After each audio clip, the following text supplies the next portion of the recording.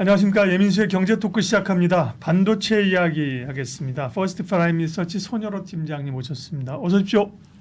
안녕하십니까. 항상 열정적인 남자, 리서치의 진심인 남자 우리 손여로 팀장님과 함께. 반도체가 정말 뜨겁네요, 그죠? 삼성전자 하이닉스가 가야 지수가 사실 가는 거예요, 그죠? 네. 그러니까 이제 3,400을 뚫고 올라가는 분위기인데 반도체를 지금이라도 없는 분들은 살까요? 사야겠죠. 사야겠는데 이제 와서 이렇게 산다 그러면 가슴이 아픕니다. 왜냐하면은 제가 늘 말씀드린 섹터가 획일화되어 있기 때문에 그렇죠. 제가 봤던 시장 진단은 대부분 맞는 편이고 이런 이야기 하면 이제 구독자분들 싫어하시더라고요. 내가 뭘 했냐. 이런 이야기하면 이제 구독자분들께서 싫어하시는데 그런 이야기대로 되고 있다. 그래서 틀리는 거 기가 막히게 알아가지고 뭐 제대로 안 가는 것만 이렇고 그죠. 네. 맞는 얘기는 뭐 그랬잖아요. 그러면 또 그러고. 그래서 저 같은 경우도 지금 뭐 SK하이닉스나 삼성전자는 사도 된다라고 말씀드렸었고 SK하이닉스 같은 경우 사실 작년 뭐 8월, 9월부터 뭐 18만 할 때도 사도 된다라고 말씀드렸었고 네. 삼성전자 같은 경우 저도 자세를 고쳐한 지가 한 석 달 정도 됐는데 삼성전자 탄력이 붙은 지가 한 달 반. 그때가 이제 AMD 파운드리 수주 때 그때가 완전히 바닥이었고 최근에 뭐 AMD나 뭐 테슬라나 뭐 차량 반도체 이런 뭐 파운드리 뉴스 나오고 있고. 꾸준히 이제 HBM뿐만 아니라 HBF까지 뉴스가 나오면서 이제 삼성전자, SK하이닉스가 강세를 보여주고 있는데 퍼가 점점 올라가더라고요. HBF는 뭐예요? 이제 HBM이 이제 낸드 플래시를 쌓은 거라고 한다면 이제 바꿨죠. D램을 쌓은 걸 HBM으로 한다면 이제 낸드 플래시를 쌓은 거를 HBF라고 하고 있고 저 역시도 개념을 얼마 전에 본 적이 있는데 까먹고 있다가 오랜만에 다시 부각된 뉴스입니다. 뉴스가 나왔더라고요. 엔비디아 입장에서 이제 보통 엔비디아가 직접적으로 얘기 안 했는데 이제 글로벌 리서치들이 분명히 엔비디아는 이 SK하이닉스로 받는 HBM 조금 가격상으로 부담이 될 거다 이런 이야기도 했었고 저도 이런 이야기가 있더라고요. 엔비디아는 자기들이 이익률 70%가 나오면서 SK하이닉스가 이익률 38%가 나오니까 저건 너무 이익률 많이 나온 거 아니냐 이런 이야기를 하더라고요. 그래서 골드만삭스 입장에서는 매출처 다변화가 될 거다라고 보고 있는데 저는 그런 이야기를 그 기업 담당자, IR 담당자가 직접 하기 전에는 뭐 시기상조다 아직 뭐 크게 고려치 않을 부분이다라고 판단하고 있는데 수준이 있으니까. 네네. 이야기를 이제 다시 좀 원래대로 풀어가면 반도체 업황을 보면 사실 하이닉스만 오르는 게 아니라 지금 필라델피아 반도체 지수가 강해요, 그죠? 맞습니다. 반도체가 지금 대체적으로 강하단 말이에요. 그거는 소위 뭐 다시 불거진 AI 버블론을 극복하고 간다 이렇게 가야 됩니까? 뭡니까? 네. 일단 AI 버블론이 확인이 안 된다라고 봐야 되죠. 일단 가장 이 AI 반도체 관련해서 좀 시발점이 되어졌던 게 오라클이 아닌가 그렇게 판단되고 있고 저번 주에 오라클 실적 발표했을 때 오라클의 전체 실적은 전망치에 약간 부합되지 않았지만 이 오라클이 하고 있는 사업들 중에서 이제 데이터 센터 부분에서는 이제 전년 동기 대비해서 70% 이상 실적을 보여줬고 그들도 좋은 실적을 보여주면서 우리 뭐 설비 투자 이만큼 했으면 다 한 것 같습니다라고 했으면 뭐 죽겠지만 이 투자는 지속이 돼야 된다 이런 이야기 나오면서 관련 종목들이 강세가 보여주고 있다고 판단되고 있고 지금 8월 27일에 엔비디아 실적 발표했고요. 그다음에 9월 25일에 마이크론 실적 발표할 거고 TSMC의 분기 실적 발표는 10월 16일이지만 매월 매출액을 발표해주고 있는데 그런 매출액이 견조하게 나오고 있습니다. 근데 저는 팩트 체크는 해야 되는 게 만약에 반도체가 가치 투자 섹터면은 이거 엄청 잘했다라고 이야기를 했지만 반도체를 성장 섹터다라고 보고 계시기 때문에 절대적 수치도 증가를 해야 되지만 이익률도 봐야 되거든요. 근데 엄밀히 봤을 때 이익률은 점차 줄어들고 있습니다. 근데 절대적 실적 증가폭보다 주가 상승폭이 덜하다 보니까 관련 전방 기업들의 주가 수익률이 낮아지다 보니까 저는 반도체는 강하게 사야 된다라고 거의 1년 4개월 넘게 말씀드리고 있는데 그동안은 사실 삼성전자, SK하이닉스 밸류체인 요 정도만 강세를 보여줬다고 했을 때는 이번 최근 한 달 동안은 삼성전자 밸류체인도 강세를 보여주고 있기 때문에 반도체를 보유하신 분들 정말 행복한 월간이 되셨을 거고 내가 삼성 이제 반도체를 이제라도 사야 되나? 라고 하신 분도 충분히 공략할 수 있는 종목이 있어 보인다. 그렇게 판단하고 있습니다. 네. 반도체가 시장 중심에 이제 나서고 있고요. 오늘 이제 MTN 방송하면서 그럼 이제 반도체 주도주 반도체가 대장주가 되냐 그랬더니 반도체만 독주하는 건 아니고 반도체도 가는 그런 시장이 될 거다. 네. 누가 그런 얘기를 이제 했었는데요. 그리고 일단 우리 입장에서 생각해봐야 될 것은 뭐 오라클이나 뭐 이런 쪽보다도 결국 이제 HBM에 대한 수요인데 네. HBM에 대한 수요가 지난번에 외국계 보고서 나오고 뭐 이러면서 조금 우려 있었는데 결국은 HBM의 수요가 올해도 견조하다. 그 근거에서 하이닉스가 가는 거죠. 근데 그게 보는 시선에 따라 다를 것 같습니다. 네. 왜냐하면 반도체를 저 역시도 성장 섹터로 보고 있는데 우리가 보통 성장 섹터라고 했을 때 용인할 수 있는 주가 수익별 보통 우리가 선례로 봤을 때 뭐 로봇이라든가 뭐 AI 소프트웨어라든가 뭐 2차 전지 이런 것들을 봤을 때는 주가 수익별 100이 우습잖아요. 근데 반도체 같은 경우는 엔비디아도 51 그다음에 불과 2년 전, 1년 반에서 2년 전 처음 실적이 오랜만에 나왔을 때는 주가 수익률이 180, 190 넘어갔었고 그다음에 뭐 마이크론 같은 경우도 26, 그다음 TSMC 같은 경우도 21, 삼성전자 같은 경우도 10, 12 정도였는데 16 정도 됐고 SK하이닉스도 두세 달 전에는 4.5였는데 주가 워낙 올라가다 보니까 6.5까지 주가 수익이 올라간 상황이에요. 그러면 우리가 아직 실적 확인 못한 로봇이나 AI 소프트웨어 이런 섹터들은 주가 수익이 200이 넘어가는데 이렇게 실적이 잘 나고 있는 SK하이닉스가 주가 수익비 6.5인 게 비싼 것이냐? 이런 것에 대해서는 뭐 저는 아니다라고 판단하고 있는데 근데 우리가 통상적으로 시가총액 규모나 이런 거 봤을 때 많이 무거운 종목인데 이런 종목들이 이런 뉴스 나왔을 때 뭐 6%, 7% 움직이는 것은 부담된다라고 판단을 하고 있고요.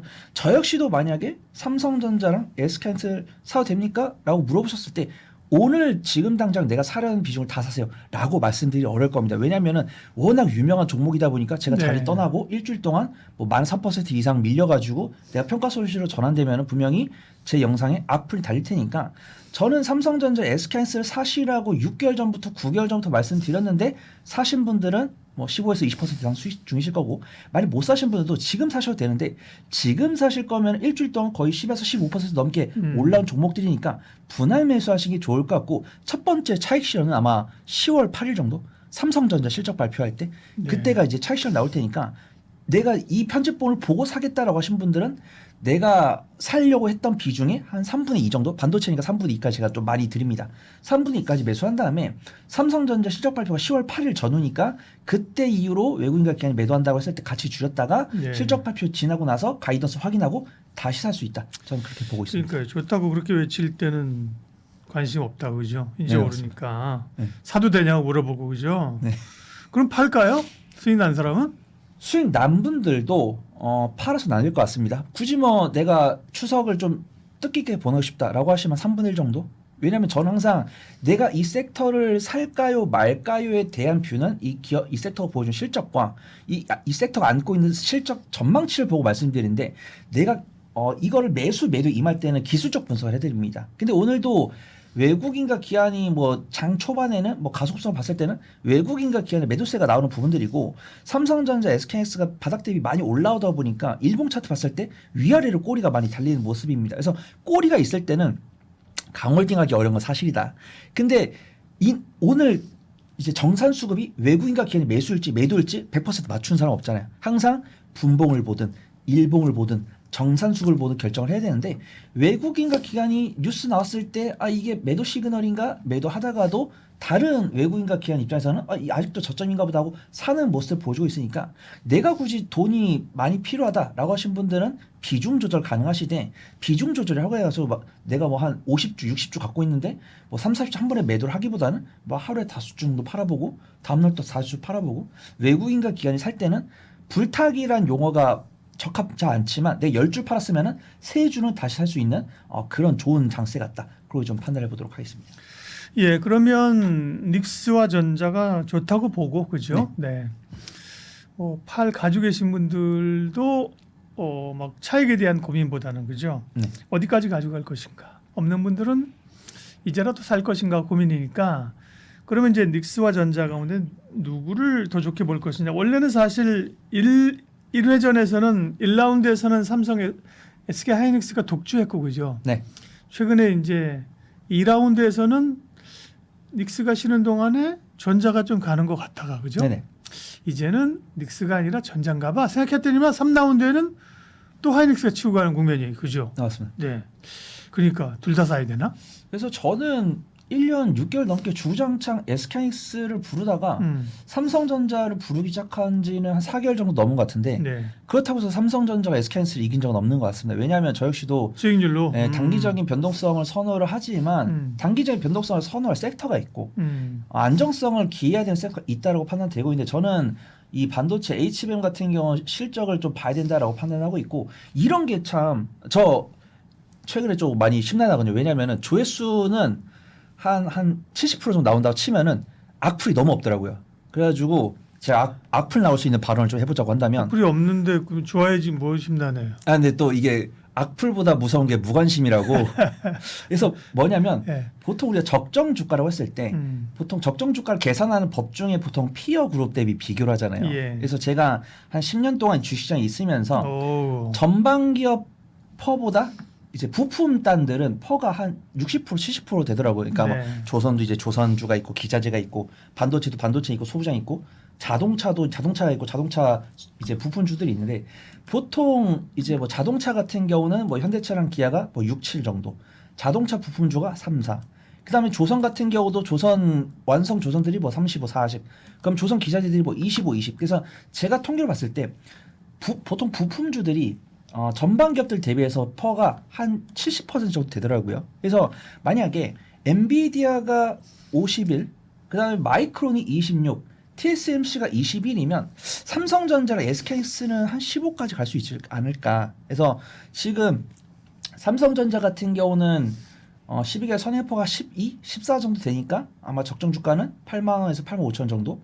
그다음 SK하이닉스 같은 경우는 SK하이닉스는 지금 33만 원인데 12개월 선행포가 7 정도 되니까 그러니까 거의 더블이네. 55만 60만 원까지 볼 수 아니 있다. 15배 줄 수 있다며. 15배 주면 더블이잖아. 지금. 그렇습니다. 예? 그래서 지금 리포트들도 이제 증권사 리포트 39만 원 나오고 있는데 저는 만약에 골드만삭스가 내년 2025년 엔비디아의 이 HBM 밸류 체인이 틀렸다. 근데 사실은 그 반도체 겨울이 오고 있다라고 글로벌 리서치 2번 정도 2023년 연말, 2024년 연말만 되면 이렇게 찾아오는 분들이 보기 좋게 틀렸기 때문에 저는 이번에도 틀린다라고 가정을 하고 만약에 전방 기업에다가 60% 70% 퍼를 줘서 SK하이닉스 합당 퍼가 뭐 15 정도 된다고 했을 때는 현재 주가에 뭐 2배나 2.5배 줄 수 있다라고 판단하고 있는데 네. 뭐 그러면 이제 악플이 엄청 달릴 건데 이제 단계적으로 33만 원이니까 그럼 50만 원 하면 부릅시다. 소녀로 50만 원 하이닉스. 네, 제가 한 3년 뒤 한 55만 원, 2년 뒤 44만 원, 1년 뒤 39만 원. 근데 SK하이닉스는 삼성전자를 지금 딱 사가지고 묻어두지 마시고 매달 한국증권 TV에서 제가 반도체 관련, SK하이닉스 관련 브리핑을 드릴 거니까 영악하게 사고팔고 계속해서 우리의 주머니를 두둑하게 하자. 그게 제 핵심입니다. 네. 삼성전자 하이닉스 어쨌든 간에 네. 둘 다 네. 밸류를 높여 잡을 수 있다. 그죠? 그렇습니다. 네. 네. 그 소녀로 하이닉스 50만 원. 네. 자막하면 네, 썸네일로. 욕먹을 각오하고 네.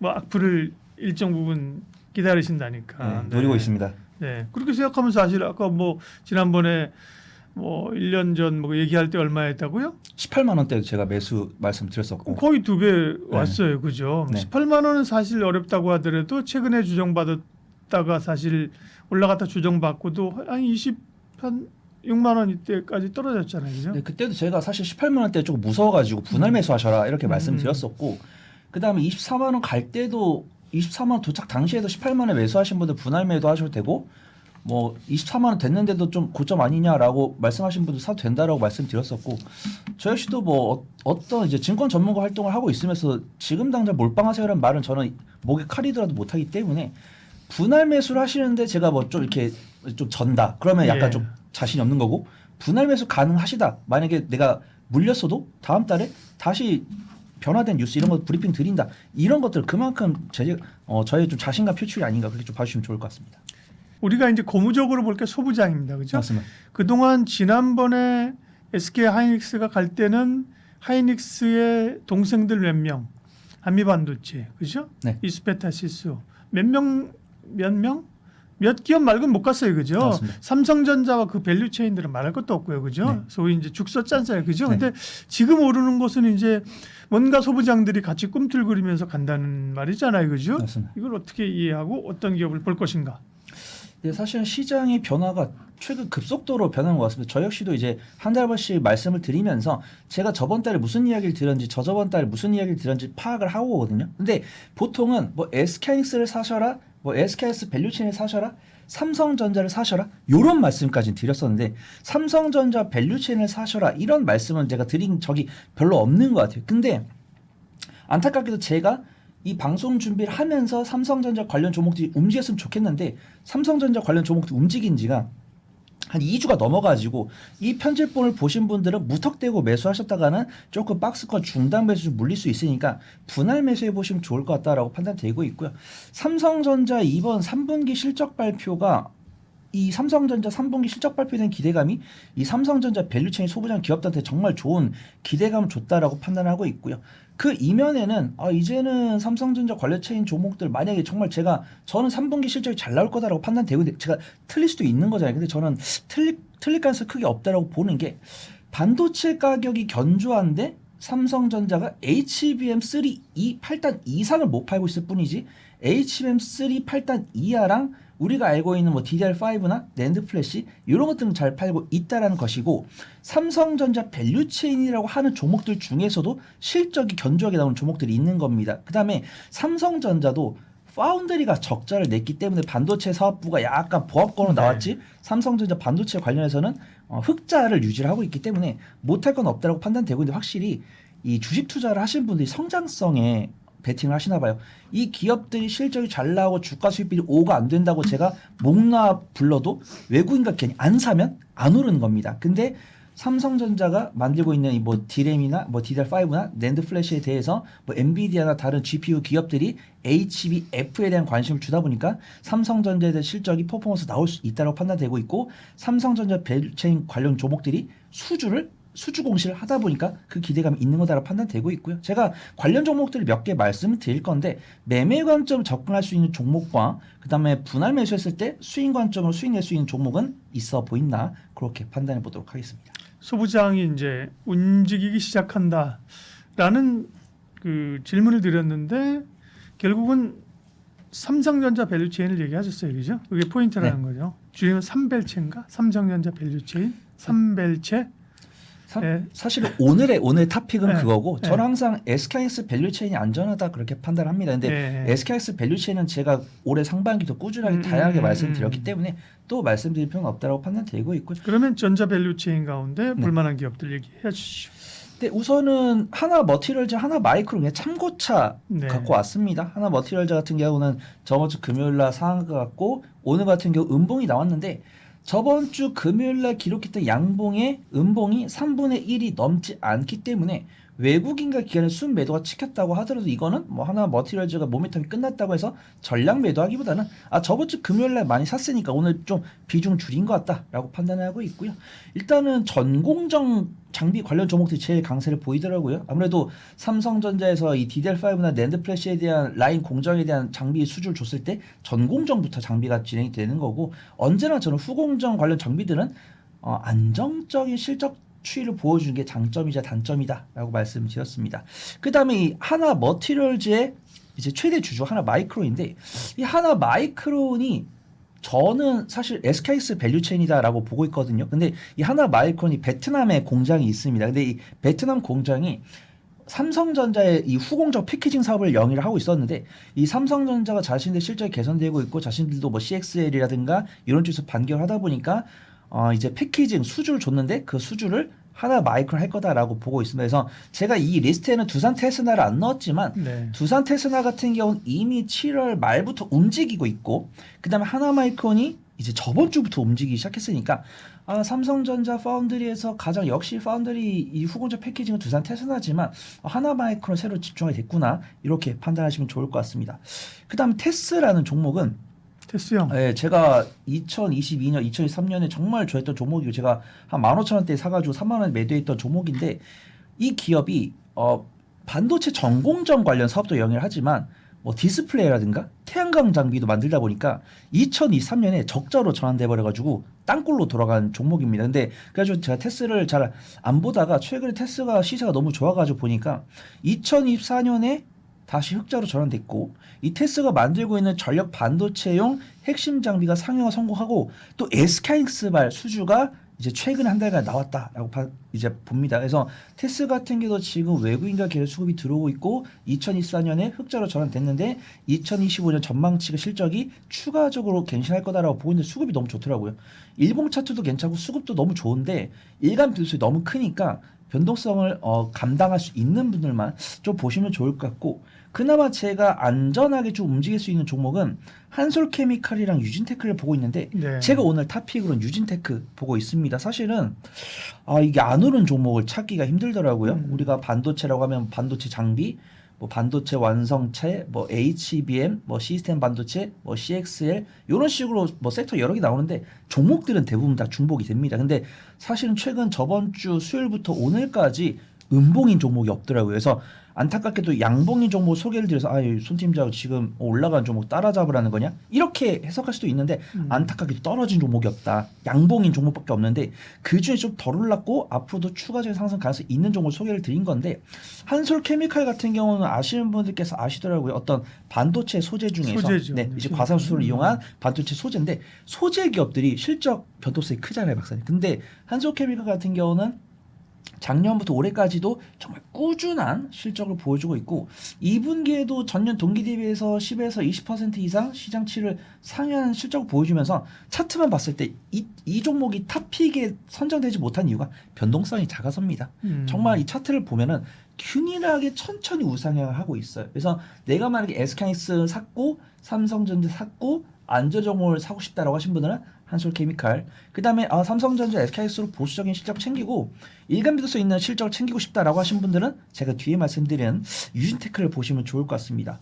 유진테크 하면은 사실 삼성전자 밸류체인 중에서 전공정 쪽에서 가장 친근한 종목이다라고 볼 수 있고 제가 앞에서 말씀드린 것처럼 D램과 낸드 플래시 중에서 D램 수요는 이미 넘쳐가지고 공급이 부족한 상황이고 그 다음에 이제 D램이 다 팔려 나가니까 이제 낸드 플래시마저도 수요가 폭증해가지고 공급이 부족해지는 게 아니냐 이런 상황입니다. 그래서 유진테크 같은 경우 그 중에서도 이제 D램 전공정용 장비를 만들고 있는데 이제 삼성전자 매출뿐만 아니라 이제 SK하이닉스가 이런 이야기를 했더라고요.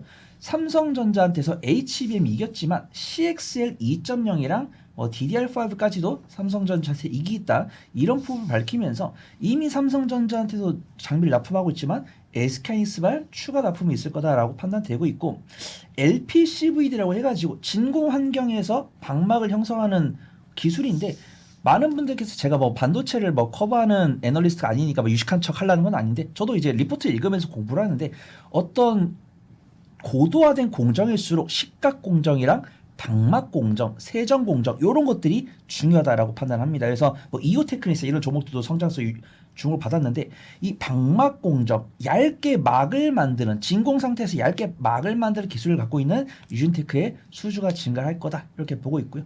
다행히도 저번 주 금요일날 외국인과 기관의 쌍끌 순매수에 나온 다음에 오늘은 기관의 단기 차익이 나왔지만 제가 유진테크 말씀드린다고 해서 뭐 편집본 들어왔을 때 바짝 사가지고 뭐 일주일 안에 뭐 10% 이런 관점이 아니고 유진테크 같은 경우는 물론 지금 사가지고 10월 8일 이전에 삼성전자 흐름 보면서 이제 밸류체인 효과 보면서 만약 10에서 15% 이상 슈팅이 나오면 그때 분할 매도하고 나중에 삼성전자 실적 발표하더라도 삼성전자의 혹은 SK하이닉스의 수주가 지속됐을 때는 또다시 눌림목을 살 수 있는 종목으로 판단돼가지고 오늘의 탑픽은 제가 유진테크 소개해드린다 그렇게 말씀드리도록 하겠습니다.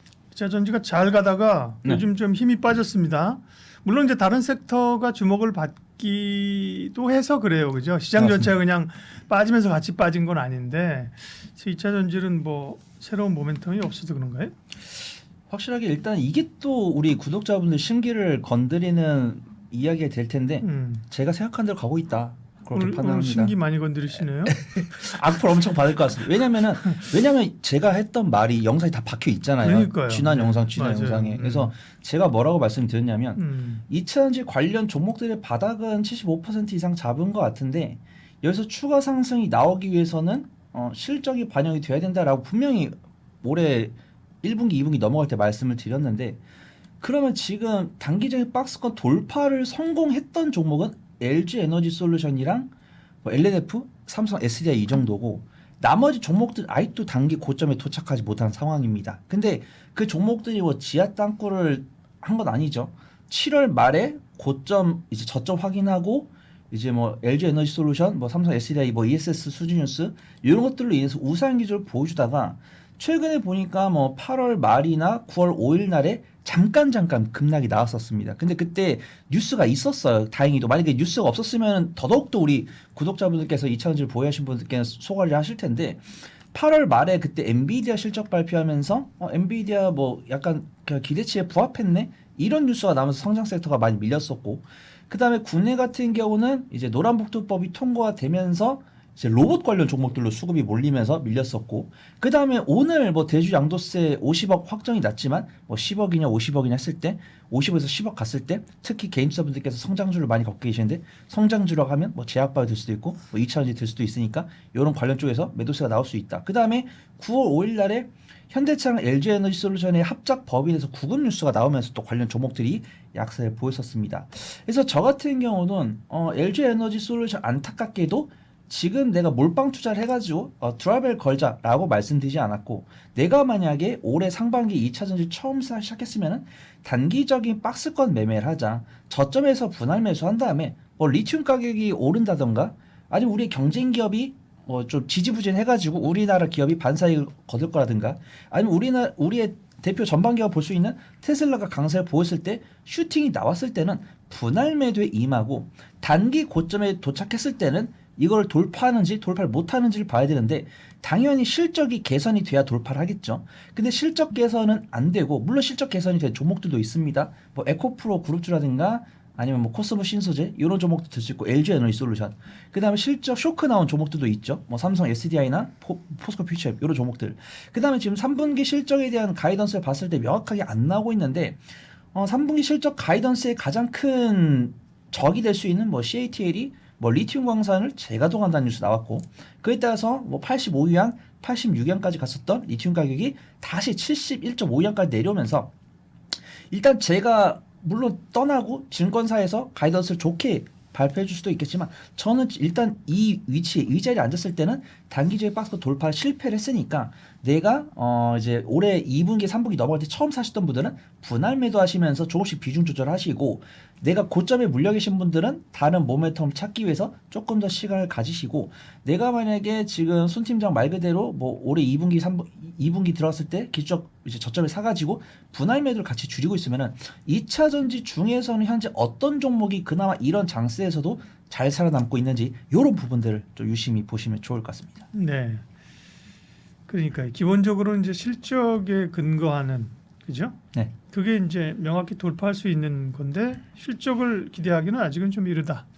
ESS나 뭐 네. 리튬으로 올라왔던 모멘텀인 거고요. 맞습니다. 그래서 뭐 우리가 얘기한 것처럼 땡땡 리튬 땡땡 이런 거는 그죠? 네. 단기 변동성이 있을 수 있다고 본 거잖아요, 그죠? 네. 근데 확실히 어떤 게 꿈의 패턴인지 모르겠고 PD님께서 좀 테스트를 해보실 게 요즘 2차 전지가 원래 조회수가 엄청 많이 나왔는데 요즘 반도체랑 제약바이오한테 밀리더라고요. 그래서 그렇죠. 2차 전지라고 검색을 하는 거랑 ESS로 검색을 하는 걸 어떤 게 더 조회수가 많이 나오는지 좀 봐야 될 것 같고 저는 ESS가 2차 전지를 좀 끌어주고 있다. 저는 2차 전지를 굉장히 좋아하는 사람으로서 이런 얘기 되게 안 좋아했었거든요.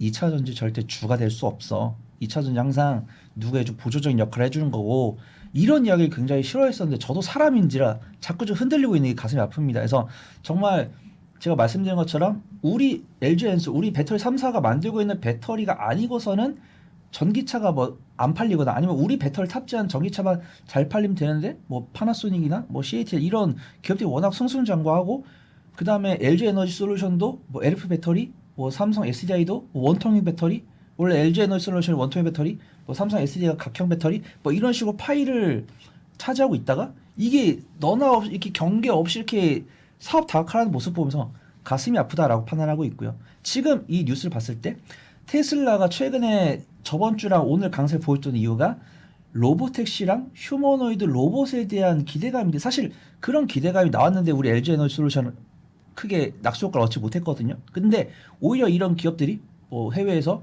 뭐 미국의 몇 조 규모 ESS 수주 혹은 뭐 국내에서 2조 규모의 ESS 수주 이런 것들을 통해서 강세를 보였을 때는 확실하게 현재 배터리 관련 종목들이 전기차보다는 로봇이라든가 ESS랑 연관이 될 때 강하게 움직이는데 로봇하고 관련 있을 때는 잘 안 움직이고 ESS랑 관련 있는 뉴스가 나올 때는 강하게 움직이는 모습이니까 2차 전지를 매매로 이용하고자 하시는 분들도 키워드를 ESS에 맞춰보는 게 좋지 않을까 그렇게 판단하고 있습니다. 그러니까요. 2차 전지는 지금 뭐 광범위하게 그렇죠. 같이 오를 수 있는 국면은 또 아닌 약간 좀 네네. 또 이 박스 구간으로 들어간 겁니다. 그렇죠? 그러니까 포인트를 잡아야 되는데 그렇죠? 네. 나는 오히려 로봇과 관련된 게 모멘텀이 있을 수 있다 이렇게 얘기하실 걸 생각했는데 네. 어쨌든 지금의 2차 전지는 2차 전지가 대세 상승과 시장의 완전한 주도주는 아니니까 네, 맞습니다. 제한적으로 볼 거는 결국은 포인트는 ESS다. 네, 저는 ESS다라고 보고 있고 우리가 한 2개월간의 주가 차트를 봤을 때 우리가 보통 신재생 에너지라고 검색했을 때 사실 2차 전지도 신재생 에너지 관련 종목으로 분류가 돼서 움직였던 이력이 있습니다. 근데 우리가 신재생 에너지라고 하면은 태양광이나 풍력만 움직이고 그다음에 석유에 뭐 정통 에너지라고 하면 뭐 석유, 뭐 S-오일 이런 종목들 그다음에 원전이나 전력 설비라고 하면 전력 설비라고 움직이지 2차 전지가 강하게 움직이는 경험은 ESS라는 키워드로 강세를 보인 거고 제가 로봇 섹터를 준비하지 않았지만 로봇 섹터 저도 공부를 많이 하고 있고 그다음에 또 다른 전문가분들께서 로봇 관련 이야기를 하시더라고요. 그래서 저 역시도 로봇 관련 종목들 그러면 로봇에 뭐 휴머노이드 로봇 하면 그들이 뭐 전선을 끌고 다닐 것도 아니고 안에 배터리를 내장해서 다닐 건데 관련 배터리 우리나라 거를 선정할 수 있지 않을까? 이런 기대감을 갖고 있어요. 근데 제가 이런 기대감을 갖고서 우리 구독자분께 강하게 말씀드릴 거면은 뭐 테슬라든 뭐 레인보우 로틱스든 그들이 만들고 있는 뭐 휴머노이드 로봇이 뭐 시연을 해가지고 뭐 발차기를 하고 했을 때 2차 전지 관련 종목들이 움직이면은 그렇죠. 연관성이 있다. 네. 이렇게 볼 텐데 우리가 알고 있는 뭐 레인보우 로틱스라든가 뭐 현대 무벡스나 뭐 SPG 그렇죠. 감속기 이런 종목들이 움직이니까 아직은 투심이 여기까지는 오지 않았다. 근데 만약에 말 맞다라 저는 2차 전지 좋아하니까 이런 줄 나왔으면 좋겠죠.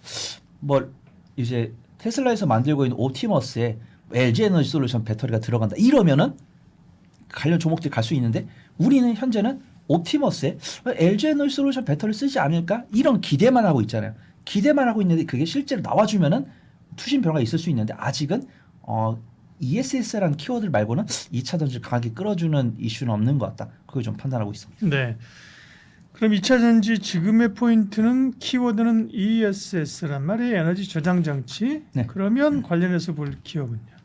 근데 우선은 2차 전지 관련했을 때 매매를 잘하시는 분들은 장비 쪽이나 그다음 ESS라고 했는데 독단적으로 ESS만 하는 기업은 사실 뭐 신성 ST나 뭐 서진 시스템 뭐 이런 종목들이 있는데 최근에 강세를 보인 종목들은 2차 전지 이전에 이미 본업이 있던 종목들이더라고요. 그다음에 LG 에너지 솔루션이나 삼성 SDI를 결코 무시할 수 없는 건 물론 LG 에너지 솔루션이나 삼성 SDI가 제가 탑픽으로는 등장하지 못하겠지만 LG 에너지 솔루션 입장이랑 뭐 삼성 SDI 같은 경우도 ESS 관련해서 아예 뭐 손을 내려놓고 있는 건 아닌 것 같아요. 그래서 LG 에너지 솔루션 같은 경우는 나트륨 배터리, 그다음에 전고체 배터리는 삼성 SDI 하고 있고 리튬 메탈 전지, 그다음에 꾸준하게 북미 쪽 ESS 테슬라 관련해서 수주하고 있고 그다음에 또 벤츠에다가도 배터리 공급 계약하고 있는데 이거는 다 좋은 뉴스인데 저는 증권 전문가로서 계산기를 두들겨 보면은 조금 아쉽다. 그렇죠. 금액이 LG 에너지 솔루션 뭐 시총이 뭐 70조, 80조인데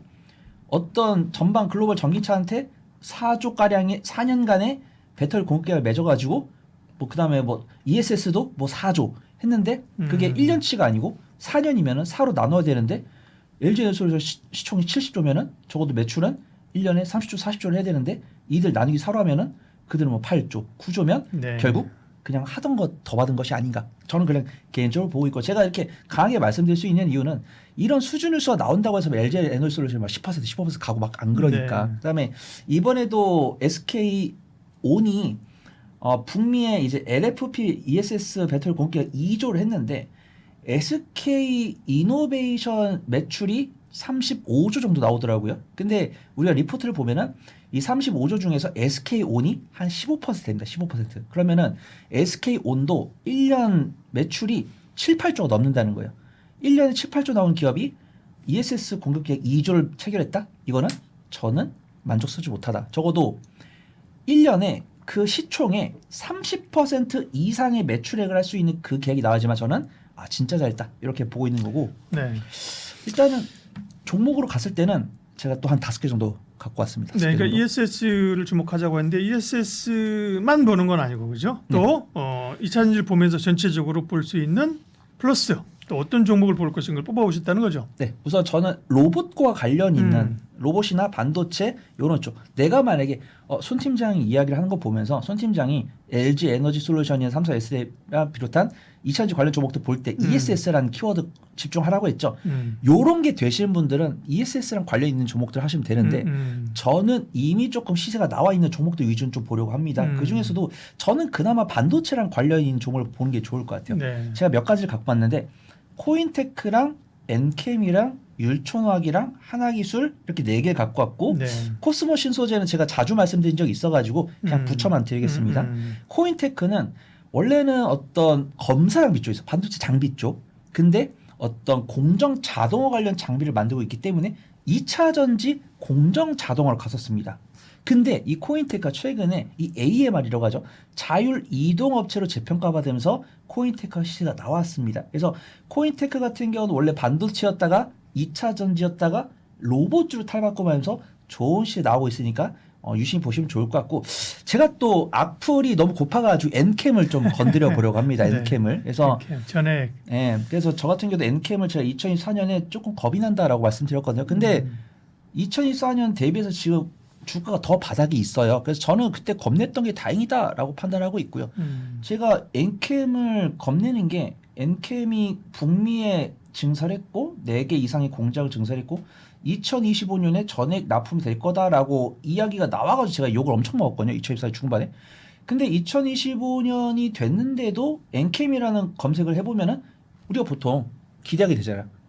엔캠 뭐 북미 공장 증설 완료 어디에 납품 이런 뉴스가 나올 법하잖아요. 지금 2025년 3분기인데 네. 근데 안 나오더라고요. 그래서 엔캠이 지금은 다행히 그 유럽에다가 전액을 납품 공급 계획을 맺었다라고 하는데 실적을 보면은 매출액도 견조하고 제자리고 영업 적자 상태인데 혹시라도 엔캠에 대해서 좀 내부 정보를 아시는 분들은 댓글로 남겨주시면 제가 좀 공부를 해보도록 하고 율촌화학이 뭐 화학 기업이다라고 했는데 그 기업 마크 보고 농심 계열사라고 해가지고 딱 찾아보니까 역시 또 최대 주주의 또 농심 홀딩 농심 쪽이 있더라고요. 그래서 보면은 원래 거기가 그 라면 그 봉지 이런 거 라면 있잖아요. 봉지 만드는 이런 기업. 거에서 아마 율촌 대주주가 아니었다가 농심에서 지분을 아마 샀나 그럴 거예요. 네, 어쨌든. 그래가지고 이제 배터리 필름도 만들고 있고. 그렇죠. 네. 그래서 보니까 저는 이번에 농심에서 만들고 있는 라면 덕분에 신라면의 판매 호조 덕분에 율촌화학이 실제 개선된 것이 아닌가 그렇게 판단됩니다.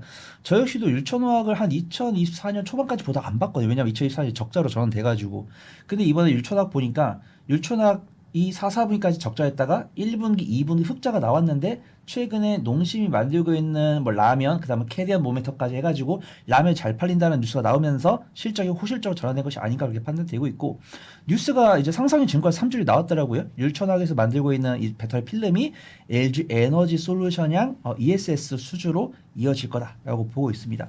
그래서 율촌학 같은 경우도 단기적인 변동성이 나왔고 시가총액이 많이 크지 않기 때문에 단기적인 변동성을 선호하시는 분들께는 율촌학을 말씀드리고 저는 하나기술을 보고 있습니다. 그래서 하나기술 말씀드리면서 CIS나 PNT도 붙여드리고 싶은데 네. 수급종이 하나기술이 제일 괜찮더라고요. 저는 이제 하나기술이 2차 전지 관련주예요? 네, 2차 전지 이제 장비. 네, 장비고 3대 배터리 차들 모두 납품을 하고 있는데 그 최근에 7월 8일에 반도체 유리기판 TGV 기술을 개발했다고 합니다. 그래서 최근에 유리기판 하면 저 뭐 피롭틱스나 이런 종목들을 보고 있는데 피롭틱스보다 JNTC랑 하나기술이 좀 빨리 움직이더라고요. 그래서 보통 이런 매매가 이제 우리 구독자분들께 말씀드리기가 좀 그런데 보통 우리가 근거를 확인하고 매매를 해야 되는데 보통 우리가 이제 사이클이라고 하잖아요. 뭐 장비, 뭐 소재, 뭐 완성, 그다음 뭐 다시 부품, 막 이런 식으로. 그래서 우리가 반도체를 봤을 때 완성 반도체, 부품, 그다음에 발열릴 수 있으면은 이제 액침 능각하면서 이제 뭐 유리기판 이런 식으로 아이디어가 떠오르는데 유리기판 관련했을 때는 뭐 인텔이라든가 뭐 SKC라든가 이런 기업들, 뭐 SK 앱솔릭스나 이런 기업들이 뭐 유리기판을 만들겠다 이런 발언이 나와줘야 유리기판이 움직이는데 그런 발언이 없는데 일단 JNTC랑 하나기술이 저번 주 목금부터 움직이기 시작했고 반도체랑 2차 전지의 이 공통 분모를 갖고 있으면서도 성장성을 확보할 수 있는 뉴스가 나와서 좀 하나기술 좀 탑픽으로 좀 보려고 하고 있고 만약에 손 팀장이 탑픽으로 하나기술 말해줬는데 좀 변동성이 크고 나는 분할 매수 잘 못한다라고 하신 분들은 뭐 코스모 신소재도 괜찮고 그렇게 보면 될 거고 율초당은 좀 분할 매수 잘 하셔야 될 것 같습니다. 그럼 하나기술은 2차 전지 장비로서가 아니라 유리기판 쪽으로 본다는 거예요? 근데 우선은 제가 종종 네. 저는 2차 전지를 말씀드릴 때 어떤 2차 전지를 보유하면서 고민이 되는 분들께 안심이 될 수 있는 말씀은 드리되 미련은 드려서는 안 된다고 판단하고 있거든요. 그래서 만약에 2차 전지 관련 종목들이 실적이 나오는 종목을 제가 탑픽으로 말씀드릴 때는 뭐 그런 쪽 있죠. 제가 뭐 PNT 소개드릴 때도 있고 뭐 CIS 소개드릴 때도 있고 뭐 코스모 신소재나 뭐 LNF 소개드릴 때도 있는데 그런 종목들이 탑픽으로 거래될 수 있는 상황이었으면은 그런 종목들은 이제 좀 분할 매수하셔가지고 안전하게 들고 가라 이렇게 말씀드릴 건데 안타깝게도 지금 뭐 제가 앞서 말씀드린 뭐 노랑봉투법이라든가 구급뉴스라든가 뭐 원달러 환율은 1,300원대 후반대에 있는데 우리나라 자동차는 관세 25% 맞을 것 같은데 이런 펀더멘탈이 훼손될 수 있는 그런 상황에서는 제가 실적 위주에 있는 종목을 좀 탑픽으로 권해드리기보다는 약간 끼 있는 2차 전지이면서도 다른 섹터랑 상부상조하고 있는 종목들 중에서 외국인과 기관이 이제 막 집중해가지고 추세를 이제 만들고 있는 종목을 단기 수익 관점으로 접근을 해보는 게 좋을 것 같다. 그렇게 판단하고 있습니다. 금리 인하는 바이오, 그죠? 금리 인하가 이제 본격화되기는 하는 시점이잖아요. 네. 그러면 바이오에게는 새로운 또 기회가 옵니까? 아니면 어느 정도 반영이 됐습니까? 네, 조금 이제 무서워지기 시작합니다. 왜냐하면은 실질적으로 이제 기준금리 인하에 대한 기대감에 안 오른 제약바이오가 없었어요. 제가 분명히 저번 달 녹화랑 뭐 올해 상반기부터 제 영상을 꾸준히 지켜보시면 아시겠지만 전 제약바이오 같은 경우는 유명한 15개 이상 매매를 안 한다라고 말씀드렸어요. 근데 저번 달 녹화와 포트폴리오에 제약바이오 포트폴리오를 몇 개 이제 골라놓고 그 안에서 이제 트레이딩을 해라. 그래서 저번 달과 이번 달의 좋은 점은 제가 말씀드린 종목들이 뭐 꾸준히 우상 기조를 보여주고 있다. 알테오젠 같은 경우 다시 50만 원 갈라고 지금 시도를 하고 있고 뭐 ABL 바이오나 리가케인 바이오 같은 경우 뭐 제가 아니던 다른 분들께서 워낙 많이 말씀하셨고 그 다음에 이제 슬슬 중소형주까지도 순환매가 되고 있습니다. 그래서 제가 제약바이오 종목 줄 세면 거의 200개가 되지만 저는 15개 상위 15개만 한다 그랬는데 우리가 보통 면역항암제 아니면 뭐 제약 뭐 바이오 이런 식으로 검색하면 리스트가 쭉 나오는데 시가총액이 1,000억 원대에서 뭐 2,000억 원대 그다음에 뉴스 검색했을 때 뉴스도 잘 안 나오는 그다음에 적자가 4년 넘게 나오는 그런 종목들까지도 움직이면서 우스갯소리 박사님과 무슨 생명과 그거 말씀하신 거죠? 뭐 무슨 제약 이런 종목들까지 움직이고 있는 그런 모습들이 매매를 잘하신 분들께 정말 재미있는 장세가 될 수 있겠지만 이런 상황에서 제가 강하게 말씀드렸을 때는 덜컥 물릴 수 있다라고 판단하고 있고요.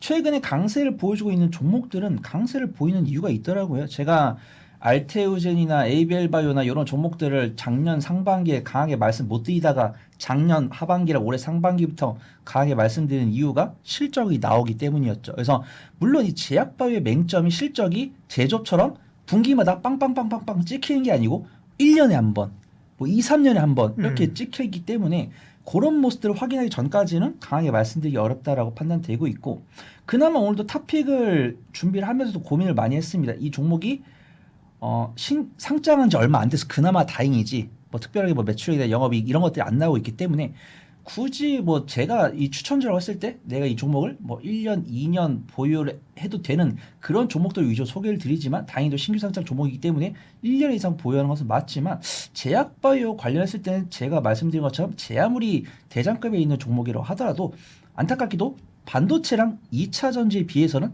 긴밀하게 대응해야 될 섹터는 제약바이오가 아닌가 그렇게 판단하고 있습니다. 금리 인하는 제약바이오의 좋은 뉴스인데 그러나 관세 이런 거 뭐 트럼프가 계속 약간이나 뭐 관세 이런 거 계속 음장을 놓잖아요. 그 영향은 크게 없어요?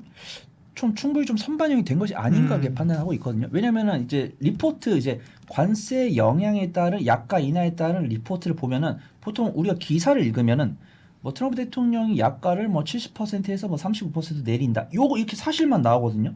그럼 사실만 나오면 저는 다른 분들은 어떻게 생각을 하나 그걸 알고 싶어요. 근데 이렇게 검색을 해도 안 나오니까 저는 그럼 원래는 뭐 한 40만 원에 만들어서 프리미엄 얹어가지고 70만 원에 팔고 있으면서 내가 이익률을 뭐 30% 40% 챙겼었는데 트럼프 대통령이 강제로 약가를 인하시켜서 40만 원에 만들지만 물론 너네가 연구 개발하면서 인건비 쓰고 했으니까 뭐 이익 많이 챙기고 싶은 거 아는데 지금 40만 원에 만들고 있는 약을 한 20만 원, 30만 원 만들어서 뭐 50만 원, 60만 원 팔아라. 이러면은 이 제약 바이오 기업들이 절대적으로 보일 수 있는 실적과 그 다음에 그들이 갖고 보여줄 수 있는 이익률 이런 것들이 떨어질 수 있다라고 판단하거든요. 근데 그래서 저는 그렇게 말을 하고 다녀요. 이렇게 말을 하고 다니면서도 그런 뉴스가 나왔을 때는 제약바이오 관련 종목들이 음봉이 나왔기 때문이죠.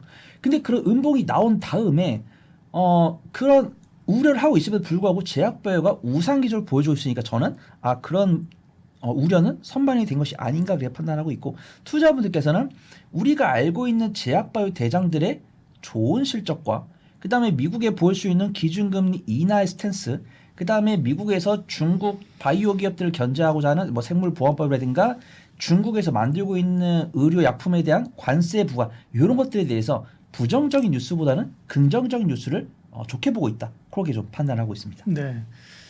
제약바이오는 아무래도 이슈를 따라서 갈 수밖에 없어요. 그죠? 뭐 네네. 다른 기업도 마찬가지지만 제약바이오는 더 그런데요. 삼성바이오로직스 이제 기업 분할 얘기가 있잖아요. 그죠? 맞습니다. 예. 그러면 이제 CDMO 쪽은 어떻게 보세요?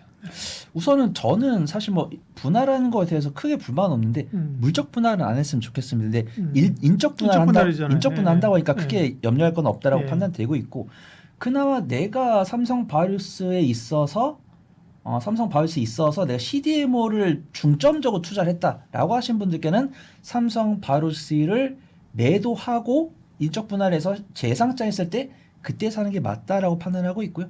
근데 굳이 뭐 삼성바이오스가 인적 분할을 한다고 해서 지금 당장 막 발을 동동 구르면서 삼성바이오스에 지금 당장 팔아야 되나? 이러실 필요는 없다라고 판단됩니다. 그래서 삼성바이오스가 지금도 꾸준하게 뭐 미국 제약사랑 CDMO 규모 수주 계약을 하고 있는데 뭐 삼성바이오스가 기록하고 있는 매출에 거의 뭐 20에서 30% 육박하는 그런 규모를 기록을 하고 있고 그다음에 송도에 공장을 하고 있는데 4공장 완공했고 6공장도 착공하면서 이 물밀듯이 들려오는 CDMO를 수주를 하겠다. 그다음에 삼성바이오틱스가 얼마 전까지는 주가 수익비율이 60이 넘어갔었는데 최근에 보니까 45더라고요. 주가 안 오릅니다. 근데 뭐 이건 아쉽죠. 수주 나오고 실적 잘 나오는데 주가 왜 안 오를까? 이거는 안타깝습니다. 뭐 공급기한 뉴스 나왔을 때 주가 올랐으면 좋겠는데 외국인과 기관이 차익을 하고 있으니까 삼성바이오틱스는 100만 원대 아래에서 분할 매수해서 들고 가야 된다고 판단되고 있고 저는 이 대형주 삼성바이오틱스 셀트리온을 매매를 하겠다라고 하신 분들께는 말려들진 않아요. 근데 항상 제가 15개 중에서 탑픽은 삼성바이오틱스랑 셀트리온 적이 없습니다. 항상 뭐 유한양이라든가 뭐 오스코텍이라든가 ABL바이오라든가 리가켄바이오 확실하게 변동성 있는 종목들 위주로 탑픽을 말씀드리니까 삼성바이오틱스랑 셀트리온은 매매를 하겠다라고 하신 분들은 굳이 뭐 말려들지 않지만 그보다 변동성이 있는 종목들은 많다. 그렇게 좀 판단하고 있습니다. 그럼 대형주 얘기 나온 길에 유한양행은 어때요? 뭐? 우선 유한양인 같은 경우는 변동성이 좀 나왔다라고 하는데 제가 만족할 수 있는 변동성은 아닌 것 같습니다. 오히려 알테오젠이 더 크게 많이 움직였던 것 같아요. 그래서 네. 알테오젠 같은 경우는 제가 보수적으로 매수가 잡으면 45만 원이었고 그 다음에 정말 제가 작년 연말에 말씀드린 것처럼 적금 넣듯이 분할 매수하신 분들 뭐 38만 원. 근데 지금 주가가 49만 원대니까 약 15에서 20% 이상의 수익을 가져갔는데 유한양행은 제가 유한양행도 말씀드렸고 유한양행은 저번 달에 말씀드렸을 때 플러스 9% 수익 중이더라고요. 그 다음에 오스코텍 같은 경우는 제가 3만 원에 2만 원대 후반에 말씀드렸는데 지금 4만 원 넘어가면서 좋은 모습 보여주고 있는데 알테오젠도 그렇고 유한양행도 그렇고 그들이 판매하고 있는 로열티죠. 판매 수익이니까 로열티를 계산했을 때 유한양행이랑 오스코텍은 뭐 10의 선익퍼가 뭐 20이 안 된다. 요런 수준인데 지금도 유한양행 같은 경우 10의 선익퍼가 25. 그래서 제가 단순하게 계산기를 두들겼던 것보다 로열티는 안 찍히고 있습니다. 근데 그 부분 제가 틀릴 수 있죠. 왜냐면은 이제 렉라자가 얼마 팔릴 거다라는 전망이 있지만 더 팔릴 수도 있고 덜 팔릴 수도 있는데 이제 덜 팔린 거죠. 그래서 제가 전망이 틀렸지만 제가 전망이 틀렸음에도 불구하고 유한양행을 뭐 전량 매도하셔라라고 말씀드리지 않는 이유가 견조하게 실적이 나오고 있으면서도 계산기 틀렸을 뿐 주가는 이제 순항하고 있으니까 너무 염려할 필요 없다고 판단되고 있고요. 일단 뭐 저는 뭐 ADC나 뭐 플랫폼 네. 이쪽이 매력적으로 보인다 그렇게 판단하고 있습니다. 여전히 그죠? 네. 네. 아까 얘기한 골라놓은 종목 15개 가운데 그런 게 들어있겠죠. 그죠? 대부분. 네, 그렇습니다. 그죠? 네, 바이오텍 같은 경우들. 자, 그러면 이제 바이오 관심 종목 보죠. 네. 네, 그렇습니다. 제가 저번 제약바이오 영상 때 보니까 요런 댓글이 있더라고요. 아니 뭐 제약바이오가 뭐 테마주도 아니고 뭐 일정주 매매를 하냐. 그런데 그거는 저는 이거는 매매 기법 중 하나다라고 판단하고 있고요. 만약에 일정에 제약되지 않고 싶은 그런 종목을 원하시는 분들은 삼성바이오릭스, 그렇죠. 셀트리온, 네. 유한양행 요런 종목들을 알테오젠 요런 종목들을 보시면 되고 이거는 제가 매매 기법 중 하나입니다. 왜냐하면 우리가 일정 매매 하시는 분들 정말 많잖아요.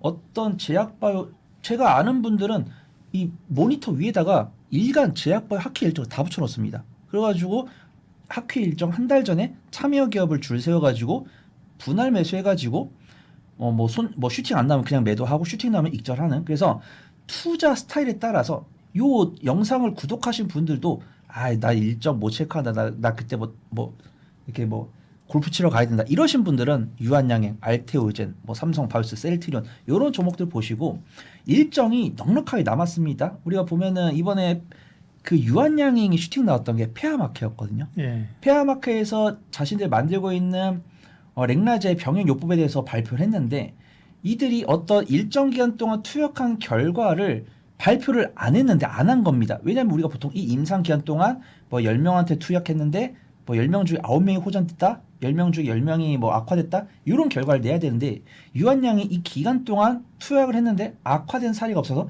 발표를 안 했다라고 해요. 왜냐면은 석 달 동안 결과물이 나와야 발표를 하는데 결과물이 안 나와서 발표를 안 한 거니까 그런 기대감에서 이제 유한양의 슈팅이 나왔던 거고 지금도 저는 이제 10월에 유럽 종양학회 에스모가 열릴 건데 그와 관련이 있는 종목들이 수급이 좀 들어오는 모습이어가지고 그 중에서 제가 이미 말씀드렸던 종목이 있다라고 한다면 이미 보유하고 계신 분들은 뭐 즐겁게 지켜보셔도 되시고 내가 만약 관련 종목들 중에서 매수한 게 없다라고 하시면 제가 오늘 보려는 종목을 좀 보셔도 좋을 것 같다 그렇게 판단하고 있습니다. 네.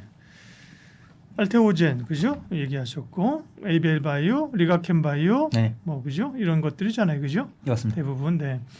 그러면 오늘 또 추가적으로 말씀하실 기업은 뭐라고요? 네, 우선은 지금 유럽 종약회에 참여하는 기업들을 보면 한미약품, 네. 리가켄바이오, ABL 바이오, 유한양행, 뭐 지아이노베이션, 앱티스인데 앱티스는 이제 비상장 기업이고 네. 그다음 한미약품 제가 비만당뇨 치료제 할 때 말씀드렸었던 적이 있고 리가켄바이오랑 ABL 바이오는 작년 하반기부터 올해 상반기까지 꾸준하게 말씀드렸고 유한양행은 지난달 탑픽이었고 오스코텍도 예전에 말씀드린 적이 있습니다. 그래서 오늘은 저는 GI 이노베이션 보려고 하고 있고요. GI 이노베이션이랑 제가 에이프릴 바이오를 굉장히 고민을 많이 했었는데 확실히 제가 SMO를 준비했으니까 SMO에 참여를 하는 기업이죠. 우리가 잘 모르는 기업들 중에서 플랫폼 기업, 어떤 신약 기술을 개발해서 기술 이전하는 기업, 가장 전방에 있는 기업은 저는 ABL 바이오랑 리가켄 바이오다라고 판단하고 있고 2등주가 에이프릴 바이오랑 GI 이노베이션이거든요. 근데 여기서 이제 에이프릴 바이오 같은 경우는 기술 이전 사례가 2건 있고 GI 이노베이션 같은 경우도 2건이 있는데 GI 이노베이션 같은 경우는 어떤 마일스톤을 아직 수령할 단계는 아닌데 기술 이전 이슈가 있고 그다음에 GI 이노베이션 같은 경우 이번에 유럽 종약화에 참여를 한다. 이런 뉴스가 있어서 좀 소개를 드리려고 합니다. GI 이노베이션 같은 경우는 파이프라인이 뭐 GI 101, GI 101A, 뭐 GI 201, GI 301 이렇게 다양하게 4개에서 5가량 파이프라인 있는데 GI 101이 면역 항암제인데 이 면역 항암제를 개량을 해가지고 GI 101은 이제 정맥 주사형, 근데 GI 101A는 피하 주사형인데 이 피하 주사형이 유럽에서 제형 특허를 취득을 했기 때문에 유럽 종약회에서 이 폐암 면역항암 관련해서 기술 발표했을 때 긍정적인 결과 있지 않을까 그런 기대감이 있는 것 같습니다. 그래서 기술적 분석을 하더라도 제가 말씀드린 종목들 중에서 한미약품은 안전해 보이고요. 유한양행도 여전히 안전해 보입니다. 근데 리가켄바이오나 ABL 바이오 같은 경우 많이 올랐기 때문에 분할 매수 좀 잘하셔야 된다고 판단되고 있고 이런 종목들을 제외했을 때 분할 매수를 조금만 잘하면서 수익 관점을 보되 이제 10월 중순에 있을 SMO 일정에 맞춰서 한 2, 3주 보유하면서 슈팅 기대할 수 있는 종목은 GI 이노베이션이 아닌가 판단해서 오늘의 탑픽으로 소개해드리도록 하겠습니다. 네.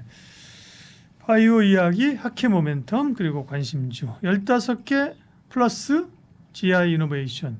GI 이노베이션은 15개 들어있는 건가?